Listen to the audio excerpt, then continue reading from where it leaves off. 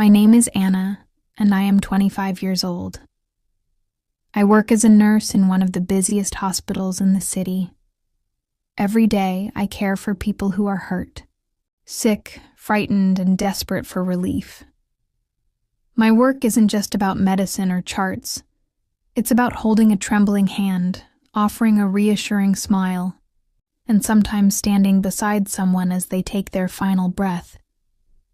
My shifts are long, 12 hours or more, and often unpredictable. Some mornings, I watch the first rays of sunlight creep through the tall glass windows of the hospital, painting the sterile white walls in gold. Other times, I work through the still hours of the night, walking through quiet, dimly lit corridors, my footsteps echoing softly while the rest of the city sleeps. It's not an easy life. My feet ache constantly. My back sometimes protests after hours of bending and lifting, and there are nights when my head feels heavy with exhaustion. But despite the fatigue, I love my job. There's something deeply fulfilling about seeing a patient recover, about watching someone take their first steps after surgery, or seeing a family smile through tears when they hear good news. Those moments remind me that what I do matters.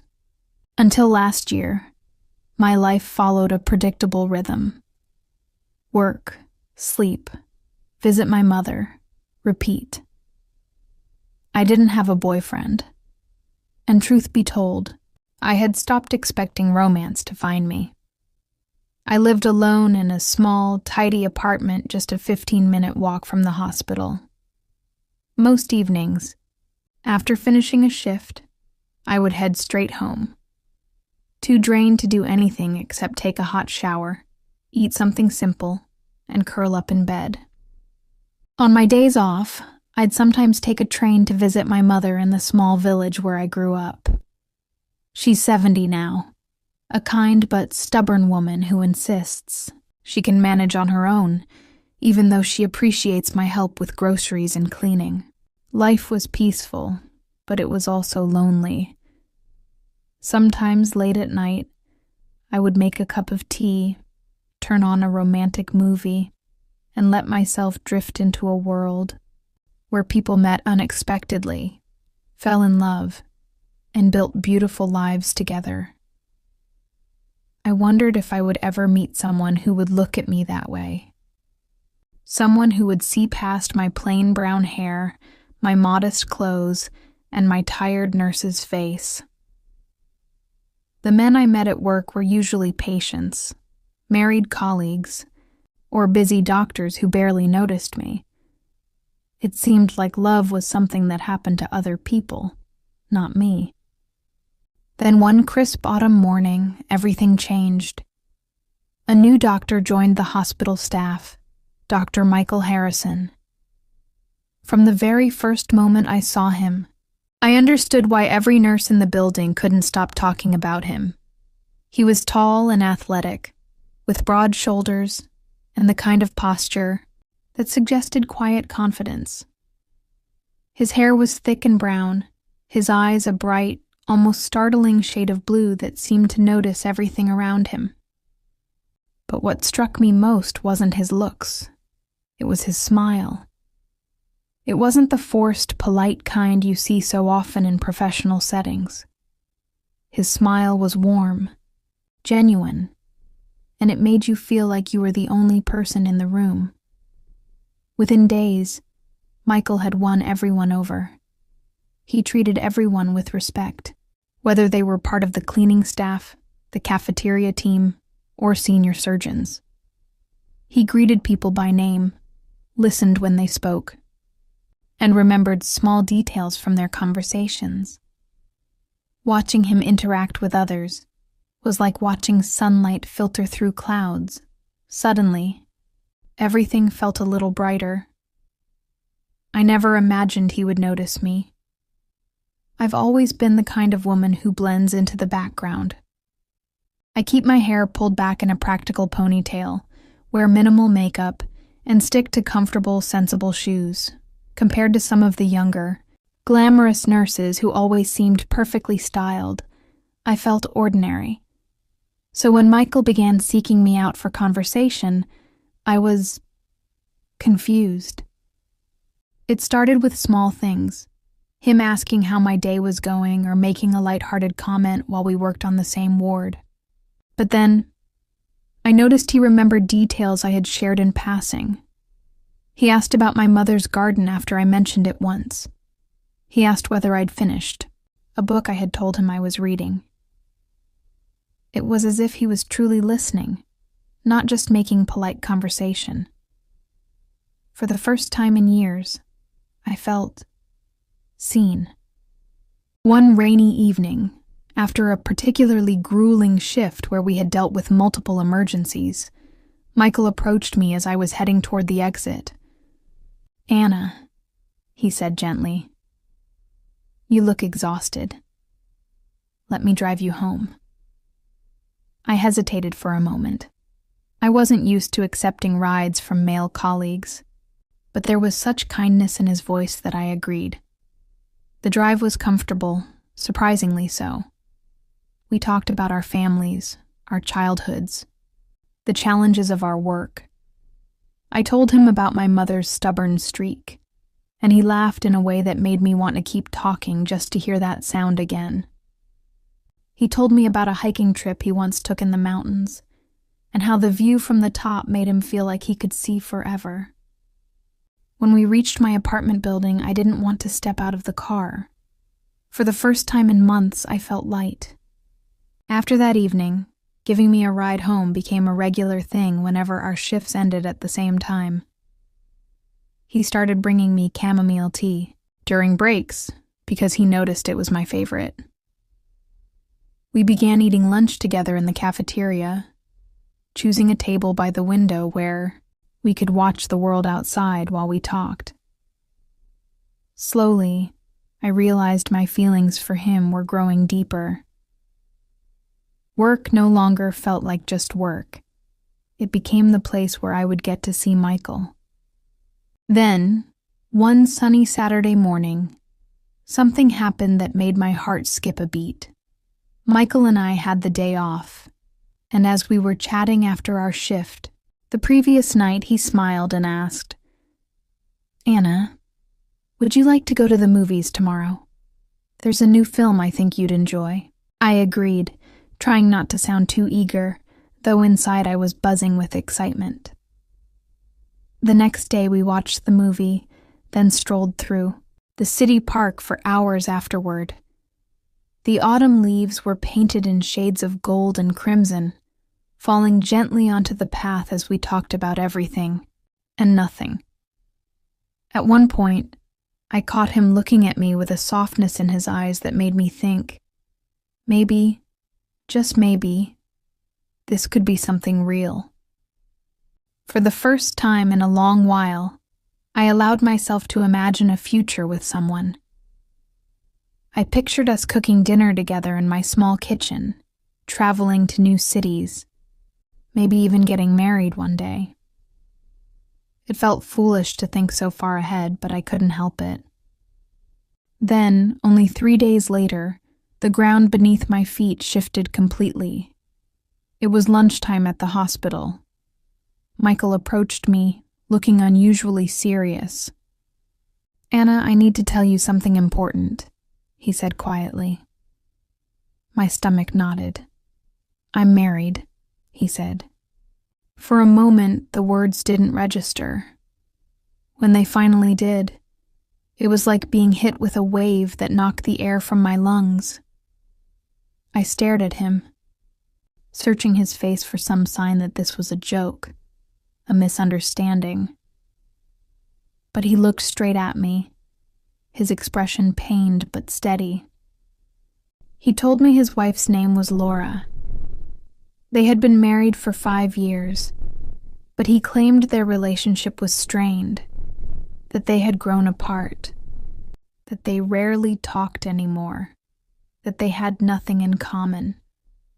He said he felt lonely, unseen, unappreciated, but that with me, things felt different.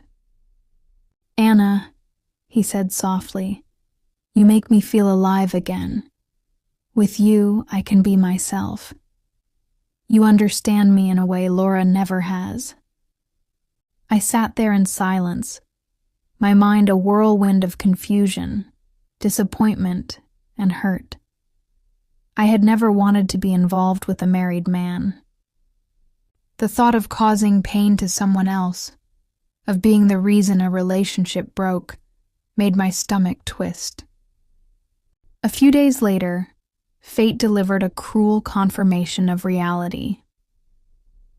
I was at the supermarket, pushing a cart through the produce section, when I heard laughter that sent a shiver down my spine.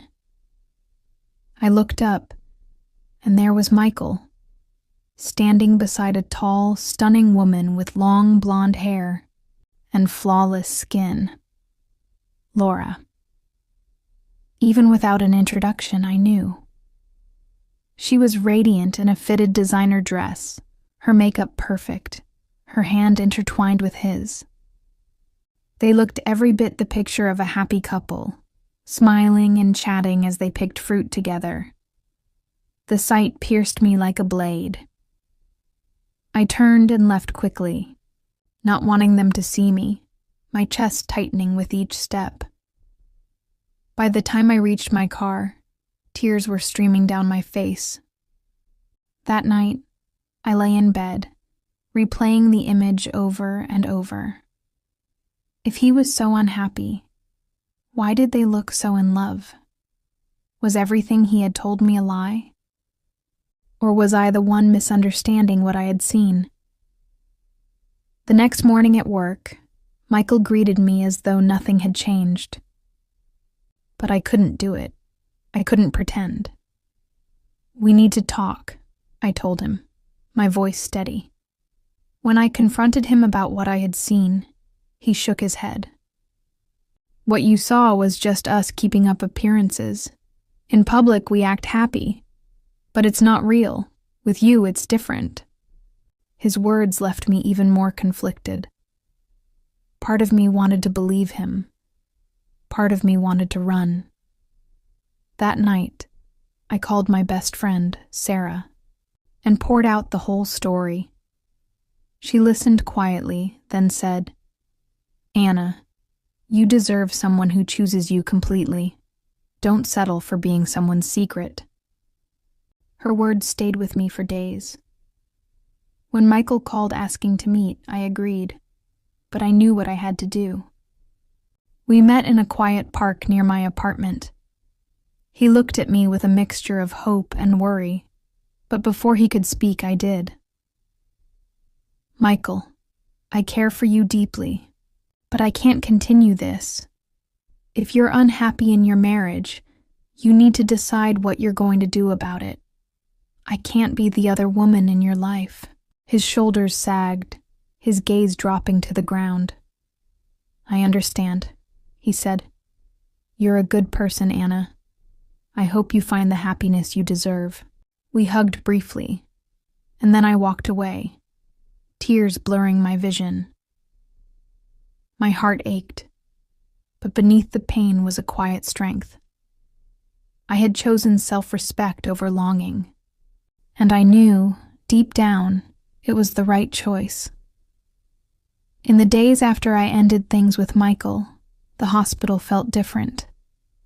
The corridors seemed colder, the hours heavier. I still saw him sometimes in passing, his polite nods, the occasional lingering glance, but our conversations were reduced to brief, professional exchanges. I kept my focus on patients, on the comfort of routine, and on the quiet satisfaction my work had always given me.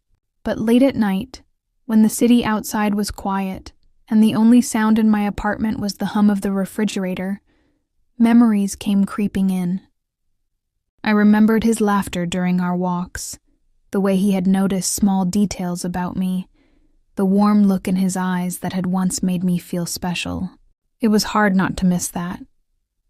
Yet each time my heart wavered, I reminded myself of Sarah's words. You deserve someone who chooses you completely. To heal, I threw myself into other parts of life. I began visiting my mother more often, cooking her favorite soups, and helping her plant flowers in her garden. She didn't know the full story, but she seemed to sense something had hurt me. One afternoon, as we drank tea on her porch, she said quietly, "Anna, sometimes the wrong people make us believe we're hard to love, but that's never true. You are worth more than you think." I also started saying yes to things I used to avoid: coffee with colleagues, a book club invitation, even a weekend cooking class. Little by little, I built a life that didn't depend on waiting for a message or a glance from one man. The ache in my chest softened. Months passed, and winter melted into spring. One evening, while attending a medical conference, I met Daniel, a paramedic from another city. He wasn't dazzling like Michael, but he had kind eyes, an easy smile, and a way of listening that felt genuine. We talked about our work, about how both of us had seen life at its most fragile. There was no rush, no intensity like a whirlwind. It was gentle, steady, and honest. Over time, Daniel and I grew closer. He never made me wonder where I stood in his life. He never hid me away. And as I stood in the park with him one sunny afternoon, watching children play and listening to him talk about his plans for the future, I realized something. Love didn't have to be dramatic or complicated to be real. Michael had been a chapter in my story, one that taught me the value of self-respect and the courage to walk away. But Daniel, he was a beginning. And this time, I was ready. Sometimes life's hardest goodbyes lead us to the kind of love that feels like home.